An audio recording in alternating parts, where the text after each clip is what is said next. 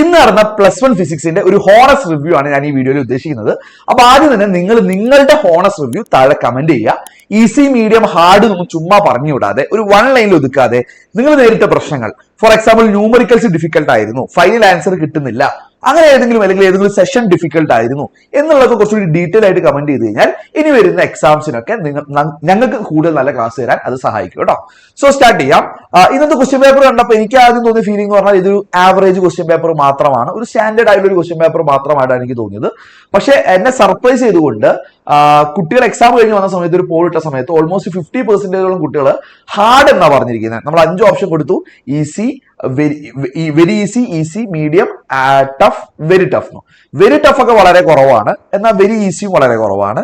ഈസിയും medium ആയിട്ട് ഒരു almost 50% ഉണ്ട്, ബാക്കി 50% ഹാർഡ് എന്നാ പറഞ്ഞിരിക്കുന്നത്. അപ്പൊ ഞാൻ ക്വസ്റ്റ്യൻ പേപ്പർ ഒന്ന് അനലൈസ് ചെയ്തു. ഞാനിവിടെ ക്വസ്റ്റ്യൻ പേപ്പറിന്റെ എന്ത് ചെയ്യാം, ഗോ ത്രൂ ചെയ്യുകയും ചെയ്യാം. ഞാൻ മനസ്സിലാക്കുന്നത് നമുക്ക് എന്തൊരു ഡബിൾ പാസിന്റെ മാർക്ക് അല്ലെങ്കിൽ നമുക്കൊരു എന്താണ് ഒരു 30 to 40 മാർക്ക് ഒപ്പിക്കാൻ വലിയ കുഴപ്പമൊന്നുമില്ല. കാരണം അതൊക്കെ സ്ഥിരമായി ചോദിക്കുന്ന ക്ലീഷേ ചോദ്യങ്ങളൊക്കെ തന്നെയാണ്. കുറച്ച് ഡെറിവേഷൻസ് ഒക്കെ അതുപോലെ തന്നെ നമ്മൾ എക്സ്പെക്ട് ചെയ്ത പോലെ തന്നെ വന്നിട്ടുണ്ട്. അവിടെ കാര്യമായ ടെസ്റ്റുകളൊന്നുമില്ല. കുറച്ച് പുതിയ തരം ന്യൂമറിക്കൽസ് ചിലപ്പോൾ നിങ്ങൾ കണ്ടിട്ടുണ്ടാവും. അതാണ് ചിലർക്ക് എക്സാം ഡിഫിക്കൽട്ട് ആയിട്ട് തോന്നാൻ കാരണം. എസ്പെഷ്യലി ചില ചോദ്യങ്ങളുടെ B-C സെഷൻസിൽ ആ ടൈപ്പ് ചോദ്യങ്ങളുണ്ട്. നിങ്ങൾ A എഴുതിയിട്ടുണ്ടാവും, A നിങ്ങൾക്ക് അറിയാം, B നിങ്ങൾക്ക് അറിയില്ല. ചിലപ്പോൾ B പറയും, പക്ഷെ C നിങ്ങൾക്ക് അറിയാത്ത പ്രശ്നം വരും. അപ്പൊ ആ ഒരു ടോട്ടൽ 5 മാർക്കിന്റെ ചോദ്യത്തിന്റെ ടോട്ടൽ മാർക്ക് ചിലപ്പോൾ കിട്ടാതെ പോകുന്ന സിറ്റുവേഷൻ ഒക്കെ ഉണ്ടാവും. അപ്പൊ അതുകൊണ്ട് ഫുൾ മാർക്ക് കിട്ടുന്നതൊക്കെ മേ ബി എന്ത് ചെയ്യും, ഒന്ന് കുറയാൻ ചാൻസ് ഉണ്ട്. A+ എത്തുന്നവരുടെ എണ്ണം ഒന്ന് ബാക്കോട്ട് കുറയാനൊക്കെ ചാൻസ് ഞാൻ കാണുന്നുണ്ട്. പക്ഷെ സ്റ്റിൽ നമുക്ക് അടുത്ത വർഷം ഇമ്പ്രൂവ്മെന്റ് ഉണ്ട് എന്നൊക്കെ കാര്യം എപ്പോഴും നിങ്ങൾ ആലോചിക്കുക. നമുക്ക് സ്റ്റാർട്ട് ചെയ്യാം. ക്വസ്റ്റ്യൻ പേപ്പർ ജസ്റ്റ് ഒന്ന് ഗോ ത്രൂ ചെയ്യാം. ഒരു ആൻസർ കീ അല്ല, ജസ്റ്റ് ക്വസ്റ്റ്യൻസിന്റെ ഒരു ഓവറോൾ കാര്യങ്ങളാണ്. At the centre of earth value of G 0 എന്നുള്ളതൊക്കെ വളരെ ബേസിക് ആയിട്ടുള്ള ക്വസ്റ്റ്യൻ ആണ്. അപ്പൊ ഇതൊക്കെ വളരെ ഈസി ആയിട്ടുള്ള ചോദ്യങ്ങളാണ്. അപ്പൊ ഈസി ആയിട്ടുള്ള ക്വസ്റ്റ്യൻസ് ഞാൻ എന്ത് ചെയ്യുന്നു, ഈ യെല്ലോ ടിക്ക് ഇടുന്നു. വളരെ ക്ലീഷേ ചോദ്യങ്ങൾ, ക്ലീഷേസ് നമുക്ക് ആർക്കും എളുപ്പത്തിൽ കിട്ടുന്ന ചോദ്യങ്ങൾ. രണ്ടാമത്തെ ക്വസ്റ്റ്യൻ അത്ര ക്ലീഷേ ആയിട്ട് തോന്നുന്നില്ല, ഈസി ആണ് സംഭവം. Graph is drawn with time along X ആക്സിസും ഫോഴ്സ് അലോങ് Y ആക്സിസും. അപ്പൊ force versus time FT graph വരച്ചു കഴിഞ്ഞാൽ അതിന്റെ അണ്ടറിലുള്ള ഏരിയ നമുക്ക് ഇമ്പൾസ് തരുന്നുള്ള ഒരു ബേസിക് കൺസെപ്റ്റ് ഉണ്ട്. വളരെ ബേസിക് ആണ്, പക്ഷെ അത് അത്ര പരിചിതമല്ലാത്തതുകൊണ്ട് കുട്ടിയെ കുറച്ചൊരു ബുദ്ധിമുട്ടുണ്ടായിട്ടുണ്ട്. അപ്പൊ അത് അത്ര ക്ലീഷേ അല്ല, ഒരു വെറൈറ്റി ചോദ്യം എന്ന് വേണേൽ പറയാം, അത്ര അല്ലെങ്കിലും. അടുത്ത simple pendulum whose time period of oscillation is 2 seconds is known as seconds pendulum. Cliche ചോദ്യമാണ്, ബേസിക് ക്വസ്റ്റ്യൻ ആണ്. അടുത്തത് average kinetic energy of gas molecule is directly proportional to absolute temperature എന്ന് പറഞ്ഞു കഴിഞ്ഞാൽ കൈനറ്റിക് തിയറിയിൽ ഏറ്റവും ബേസിക് ആയിട്ടുള്ള postulate പെട്ടതാണ്. ഒക്കെ വളരെ ബേസിക്, ഇന്നത്തെ രാവിലത്തെ ലൈവിൽ പോലും അത് പറഞ്ഞതാണ് അല്ലെ. അടുത്ത ക്വസ്റ്റ്യൻ അത്ര ക്ലീഷേ അല്ല, അത് പലർക്കും എന്താണ് ഉദ്ദേശം മനസ്സിലായിട്ടില്ല. Centre of mass do not lie on the body. അതായത് സെന്റർ ഓഫ് മാസ് അയാളുടെ ബോഡിന്റെ മുകളിലല്ല കിടക്കുന്നത്, ബോഡിന്റെ പുറത്തും കിടക്കാം.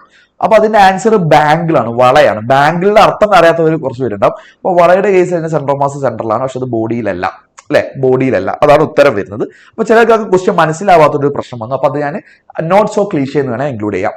Steel is more elastic than rubber.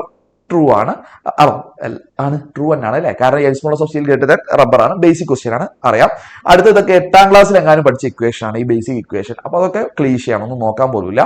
Moment of ഇനേഷ്യ എന്താണെന്നും അതിനെ ഡിപ്പെൻഡ് ചെയ്യുന്ന ഫാക്ടേഴ്സും ക്ലീഷേ ചോദ്യം. അപ്പോൾ ഈ ടിക്കിട്ട മാർക്കൊക്കെ നിങ്ങൾക്ക് കിട്ടും കേട്ടോ. അത് ആ മാർക്കുകൾ നിങ്ങൾ കൂട്ടി വെക്കാം, നമുക്ക് ഫൈനലായിട്ട് കൂട്ടി വെക്കാം. അടുത്തത് VT ഗ്രാഫിന്റെ derivation obtain equation SC + half AT² graph വരെ അവർ തന്നിട്ടുണ്ട്. അപ്പൊ അതൊന്നും നോക്കാനില്ല, അതൊക്കെ ഈസി മാർക്കാണ്. What is meant by mean free path of gas molecule kinetic തിയറിയിലെ വളരെ ബേസിക് ക്വസ്റ്റ്യൻ ആണ്, ഡെഫിനേഷൻ ആണ്, ഈസി ആണ്. അതിന്റെ എക്സ്പ്രഷൻ എഴുതാനേ പറഞ്ഞുള്ളൂ. ഡെറിവേഷനിൽ അതും ഷുവർ ക്വസ്റ്റ്യൻ ആണ്, വളരെ എളുപ്പത്തിൽ സ്കോർ ചെയ്യാം. അടുത്ത മാച്ച് ദ ഫോളോയിങ്ങിൽ ഈ യൂണിറ്റ്സ്, പ്രത്യേകിച്ച് ഈ സർഫസ് ടെൻഷനും സർഫസ് എനർജിയും ഒക്കെ വരുന്ന സമയത്ത് ചിലർക്ക് പ്രശ്നമാണ്. പക്ഷെ ഇത് വളരെ സിമ്പിൾ ആയിട്ട് ഈ കാപ്പിലറൈസിന്റെ ഒക്കെ മീറ്റർ ആണ്, ജസ്റ്റ് ആലോചിച്ചാൽ പോരെ. അപ്പൊ ഇത് അത് ക്ലീഷേ അല്ല എന്ന് തന്നെ പറയുന്നു. ഇതൊക്കെ ആർക്കും ബേസിക് ആയിട്ട് ചെയ്യാൻ പറ്റുന്ന ചോദ്യം തന്നെയാണ്. നിങ്ങൾ ടെൻഷൻ കൊണ്ടോ പിന്നെ ആദ്യമായിട്ട് ചിലപ്പോൾ ഇതൊക്കെ ഈ ടൈപ്പ് ചോദ്യം കാണുമ്പോൾ യൂണിറ്റ്സ് എല്ലാം ഓർത്തു ചിലർ കാണാതെ പഠിക്കും. ജസ്റ്റ് ലോജിക്ക് വെച്ച് ആലോചിച്ചാൽ മതി. കാപ്പിലറൈസിന്റെ ഒക്കെ എന്തായിരിക്കും, മീറ്റർ ആയിരിക്കും എന്ന് പറഞ്ഞാൽ തന്നെ ഒരു ഓപ്ഷൻ അവിടെ കിട്ടിക്കഴിഞ്ഞു. അങ്ങനെ വെച്ച് നോക്കുകയാണെങ്കിൽ ഇത് എളുപ്പത്തിൽ സ്കോർ ചെയ്യാൻ പറ്റുന്ന ക്വസ്റ്റ്യൻ ആണ്. ഓക്കെ, ഞാൻ ഒരു 50-50 വെക്കുന്നു. What is heat engine? Basic question ആണ്. അതിന്റെ ബ്ലോക്ക് ഡയഗ്രാം വരച്ചിട്ട് അതിന്റെ കമ്പോണൻസ് ഒക്കെ മാർക്ക് ചെയ്യാൻ വളരെ സിമ്പിൾ ക്വസ്റ്റ്യൻ ആണ്, ഈസി ആണ്. എസ്കേപ്പ് സ്പീഡ് എന്താണ് അല്ലെ, obtain relation between escape velocity and orbital velocity of satellite. Escape velocity is √2 times orbital velocity എന്ന് പറഞ്ഞ ഇക്വേഷൻ ആണ്. ഇതൊക്കെ നോക്കി ഇതുവരെ ചെയ്തതിൽ വളരെ വെറൈറ്റി ചോദ്യം കുറവാണ്. അപ്പൊ ഇതൊക്കെ ഈസിയാണ്. Define power, convert 1 kWh into joules, 3.6 × 10⁶ joules എന്ന് പറഞ്ഞ ആ വാല്യൂ ആണ്. എജിപ്പോടെ ക്ലാസ്സിലൊക്കെ നമ്മൾ എടുത്തുള്ള വാല്യൂ ആണ്, ഇത് ചെയ്ത് കാണിച്ചിട്ടുണ്ട്. അപ്പൊ ഇത് വളരെ ക്ലീഷേ ചോദ്യം, അതിലൊന്നും ഒരു പ്രശ്നമില്ല. ചില ആൾക്കാർക്ക് ഈ ഭാഗം ചിലപ്പോൾ പ്രശ്നം വന്നിട്ടുണ്ടാവും. അപ്പൊ അത് പോട്ടെ, ബാക്കി മറ്റേ ഭാഗങ്ങളിൽ മാർക്ക് കിട്ടുമല്ലോ, ഒരു മാർക്കെങ്കിലും കിട്ടുമല്ലോ.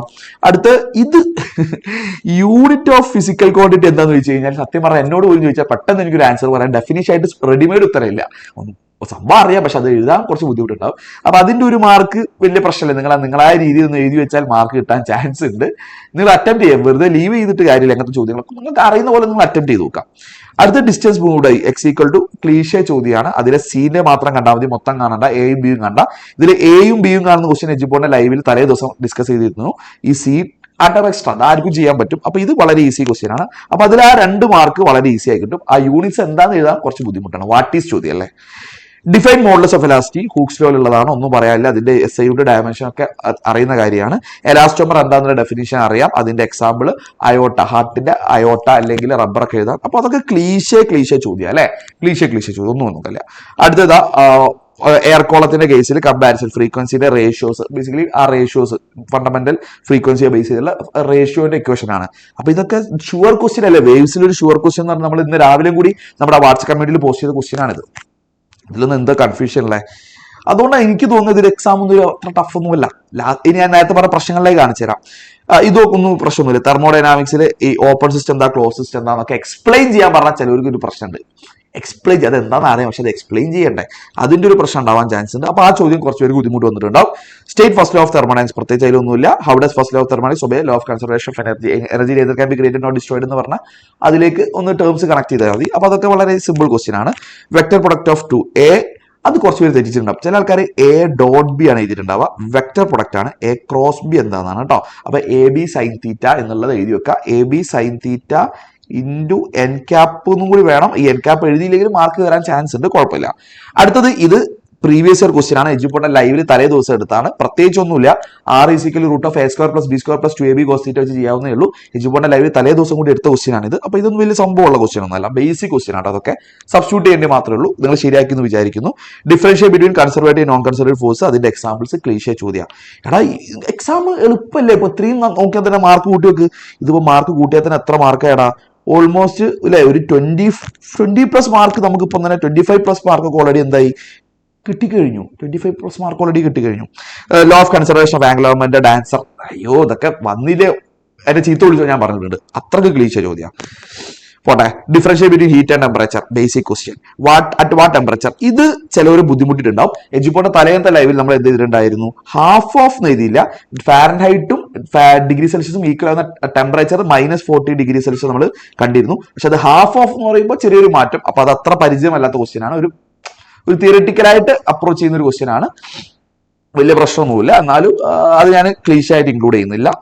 ന്യൂട്ടൺ സെക്കൻഡ് ലോ എന്താണ്, 1 ന്യൂട്ടൺ ഡിഫൈൻ ചെയ്യാൻ കുറച്ച് പേർക്ക് ബുദ്ധിമുട്ടുണ്ടാവും. അപ്പൊ 2 മാർക്കിൽ 1 മാർക്ക് കിട്ടും. ആ 1 ന്യൂട്ടൺ ഫോഴ്സ് പറയുമ്പോൾ ആ ഒരു 1 കിലോഗ്രാമിന് 1 metre per acceleration 1 metre per second square acceleration ഉണ്ടാക്കുന്ന ഫോഴ്സ് എന്നൊക്കെ ഡിഫൈൻ ചെയ്യാൻ ചിലർക്ക് ബുദ്ധിമുട്ടുണ്ടാക്കിയിട്ടുണ്ടാവും.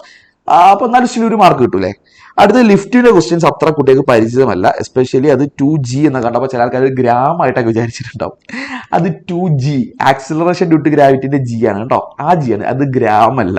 ചില ആൾക്കാർ ഗ്രാമൊക്കെ എടുത്തിട്ട് ചെയ്യാൻ ചാൻസ് ഉണ്ടാവും. അപ്പൊ അത് ക്ലീഷേ അല്ല, അത് കുറച്ച് പേര് തെറ്റിച്ചിട്ടുണ്ടാവും. അടുത്ത സിമ്പിൾ ഹാർമോണിക് മോഷൻ SHM എന്താണ് ക്ലീഷേ. അപ്പോൾ അതിന്റെ energy position graph of SHM ആ സാധനം അല്ലേ, ആ സാധനം ആ മിഠായിപ്പൊതിന്റെ സാധനം വരയ്ക്കുക. അടുത്തത് ഇത് മക്കളെ, ഇത് നിങ്ങൾ 8ാം ക്ലാസ്സിലും 9ാം ക്ലാസ്സിലും പഠിച്ച സാധന. ഇതൊക്കെ തെറ്റിച്ചാൽ മക്കളെ പോയി കാര്യം. തെറ്റിച്ചിട്ടുണ്ടെങ്കിൽ പോട്ടെ, വിഷമിക്കേണ്ട, മേക്കപ്പ് ചെയ്യാന്നുള്ളൂ. ഇതൊക്കെ കിട്ടുന്ന മാർക്കല്ലേ. ഡിസ്റ്റൻസ് ഡിസ്പ്ലേസ്മെന്റ് എന്താ നോക്കാനല്ലേ. അടുത്തത് ക്വസ്റ്റ്യൻ എന്തോ സംഭവം. മോർണിംഗിൽ നമ്മൾ സ്കൂളിൽ പോകുന്നു, ഈവനിങ് തിരിച്ചു ചെയ്തു. What is the total distance travel? 2 അങ്ങോട്ട് 2 ഇങ്ങോട്ട് 4. ഡിസ്പ്ലേസ്മെന്റ് 0. കഴിഞ്ഞ് പരിപാടി കഴിഞ്ഞ്. ഇതാണോ ക്വസ്റ്റ്യൻ? അതൊക്കെ കിട്ടുന്ന മാർക്കലാണ്. അതിലിപ്പോൾ പ്രത്യേകിച്ച് ഒന്നും ഒരു ടെസ്റ്റ് പോലും ഇല്ല. അടുത്ത് acceleration due to gravity at a place, അത് ഡിഫൈൻ ചെയ്യാനാണ് പറഞ്ഞത്.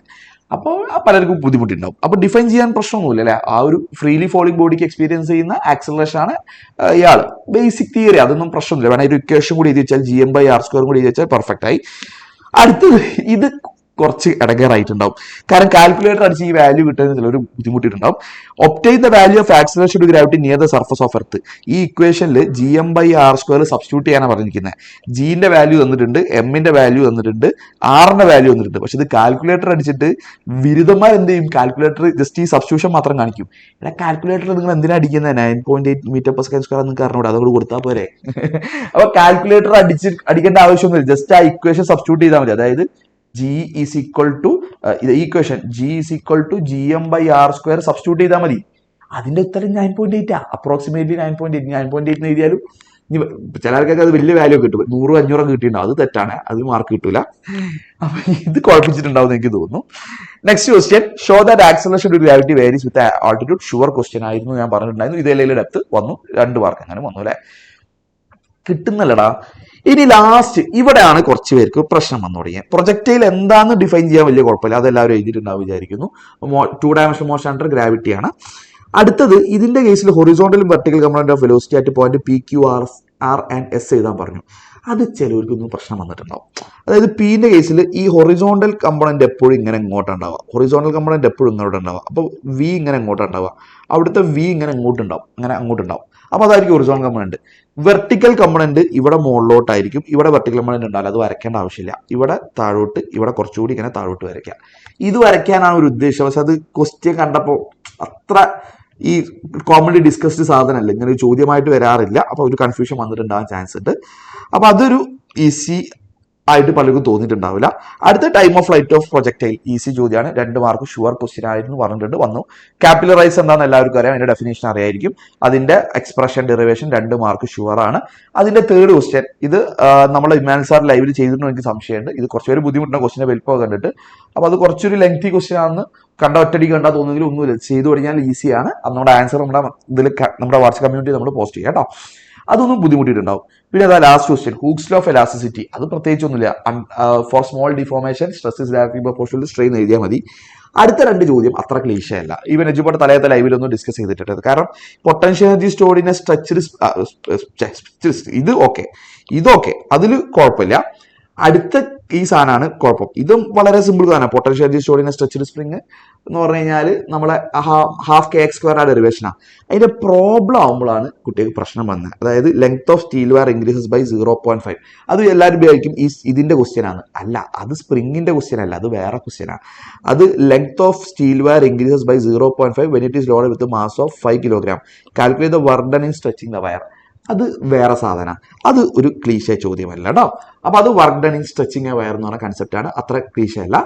അപ്പൊ നിങ്ങൾ നോക്കിക്കഴിഞ്ഞാൽ അപ്പൊ ടിക്ക് ഇട്ടാൻ നോക്കിയാൽ 1, 2, 3 ആയി അല്ലെ. 3, 5, 6, 5 അല്ലല്ലോ, എത്ര കൂട്ടി, 3, 5, 6, 8, 10, 11 അല്ലെ. 11 വേണ്ട, അതിൽ 2 കുറയ്ക്കുക, 9 മതി. ഇവിടെ ഇപ്പൊ എത്ര, ഇവിടെ ഇതൊക്കെ എത്ര മാർക്ക് എത്ര അല്ല. ബേസിക്കലി കണക്കൂട്ടി നോക്കിയാൽ എന്തായാലും 30 to 40 മാർക്ക് എന്തായാലും വളരെ 40+, 45+ മാർക്ക് ക്ലീശ എന്ന് തന്നെ പറയാൻ പറ്റും. അപ്പൊ ഡിഫിക്കൽട്ട് അല്ല. പക്ഷെ ഒരു A+ കുറെ പേർക്ക് ഇതേപോലെ കുറച്ച് ചോദ്യങ്ങൾ കൺഫ്യൂഷൻ വന്ന് നഷ്ടപ്പെട്ടിട്ടുണ്ടാവുന്നേ ഉള്ളൂ. അപ്പോൾ ലാസ്റ്റ് മൊമെന്റിലേക്ക് ഇനി വെക്കരുത് എന്നാണ് എനിക്ക് നിങ്ങളോട് പറയാനുള്ള റിക്വസ്റ്റ്. +2ന്റെ കേസിൽ നിങ്ങളുടെ സീനിയേഴ്സിന് മാത്സ് +1 എളുപ്പമായിരുന്നു, മോഡൽ +2 എക്സാം എളുപ്പമായിരുന്നു അവർക്ക്. എന്നാൽ പബ്ലിക് എക്സാമിന് കൊണ്ടുപോയി നല്ല ടഫ് ക്വസ്റ്റ്യൻസ് കൊണ്ടുപോയി കൊടുത്തു. തീരെ എക്സാമിനൊന്നും ചെയ്ത് ഉത്തരത്തിലേക്ക് എത്താൻ പറ്റാത്ത കുറേ ചോദ്യങ്ങളുണ്ടാവും, ആകെ തളർന്നുപോയി. അപ്പോൾ അതേ സിറ്റുവേഷൻ +2ൽ ഫിസിക്സിലൊന്നും വരാതിരിക്കട്ടെ. അപ്പോൾ അതിനുവേണ്ടി നിങ്ങൾ അതിനുവേണ്ടി +2 സ്റ്റാർട്ടിങ് തൊട്ടേ പഠിച്ചു തുടങ്ങുന്നത് ഞാൻ ആദ്യം ഒന്ന് പറഞ്ഞു വെക്കുകയാണ് കേട്ടോ. അതിൽ അവസാനമായിട്ട് പറഞ്ഞു വെക്കുകയാണ്. So that's it. പനിയും ഒക്കെ വയ്യാത്തതിന്റെ പ്രശ്നമുള്ളതുകൊണ്ട് കുറച്ചൊരു എനർജി ഡൗൺ ആണ്. അപ്പോൾ നിങ്ങളുടെ കമന്റ്സ് ഒക്കെ ഞാൻ വായിക്കാം. അപ്പോൾ പേടിക്കണം കേട്ടോ, നമുക്ക് ഇമ്പ്രൂവ്മെന്റ് ഒക്കെ ത്രൂ മേക്കപ്പ് ചെയ്യാം. വലിയ മാർക്ക് കുഴപ്പമൊന്നും ഉണ്ടാവില്ല, പേപ്പർ വല്ലാണ്ട് ടൈറ്റ് ആക്കാൻ മാത്രമൊന്നുമില്ല. അപ്പോൾ ഈ വാട്ടീസ് ചോദ്യങ്ങൾക്കൊക്കെ കറക്റ്റ് ഉത്തരങ്ങളൊന്നും ശരിക്കും ഇല്ല, ഡിഫൈൻഡ് ഉത്തരങ്ങളൊന്നുമില്ല. ബേസിക് കാര്യങ്ങളൊക്കെ ഇൻക്ലൂഡഡ് ആണെങ്കിൽ നിങ്ങൾക്ക് മാർക്ക് തരുന്നതായിരിക്കും.